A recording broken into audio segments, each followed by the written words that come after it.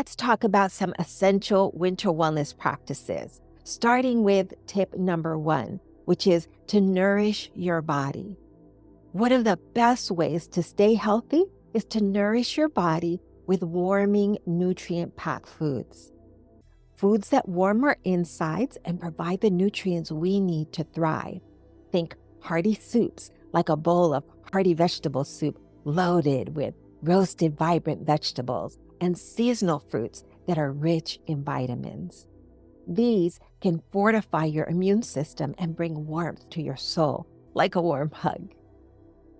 Let me illustrate the impact of how ensuring your body gets the right nutrients is so crucial.